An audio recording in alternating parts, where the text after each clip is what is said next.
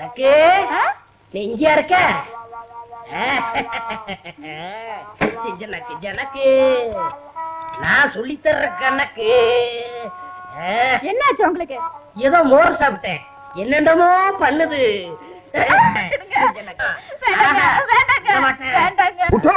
Array என்ன மாப்பிள்ளைன்னு சொல்றீங்க? உனக்கு இருக்க அறிவு வேற யாருக்கும் வரும். தனக்கு கிடைச்ச புதையிலே அரசாங்கத்துக்கிட்டே கொடுத்துட்டியே. திடீர்னு புதையல்னு சொல்றீங்களே, யாருக்கு வேணும்? காரியத்தையே கெடுத்துட்டீங்களே, 10 நிமிஷம் பொறுத்து வரக்கூடாதா? அரே மருந்துன்னா மருந்து கவர்மெண்டே உனக்கு காத்துக்கிட்டு இருக்கு. என்னங்க சொல்றீங்க? பிபி நம்ம மாப்பிள்ளை இல்லே மாப்பிள்ளை பாண்டியன் காலத்து துட்டே கவர்மெண்ட் கிட்டே கொடுத்ததுனாலே கலெக்டர் இவரே பாரு ஆட்டுகிறார். பாராட்டு வேணாம், பட்டமும் வேணாம், எனக்கு உங்க பொண்ணுதான் வேணும். நம்ம பேபி தெரியல. இல்லே பாராட்டு அப்புறம் புண்ணு. ஆவ் ஆவ் ஆவ் ஆவ். அடுத்தவன் காசுல சாப்பிடுறதுக்கு ஆசைப்படாம மிஸ்டர் விநாயகம் தனக்கு கிடைச்ச பாண்டியன் காலத்து பொற்காசுகளை கவர்மெண்ட்ல ஒப்படைச்சிருக்காரு. ஆகவே இவர் சாதாரண விசுவாசி இல்ல, தேச விசுவாசி, ராஜ விசுவாசி, இந்த கிராமத்து விசுவாசி.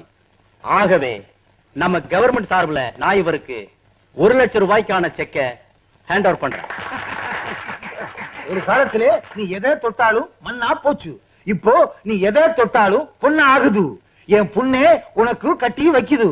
இந்த செக்கு என் பொண்ணுக்கு நான் சீதனமா எடுத்துக்கிறது. பொதுவா மாப்பிளை தானே சீதனம் கொடுப்பாங்க. அதை மாற்றுவோம். செக்கு எனக்கு, சக்கு உனக்கு. இருக்கு.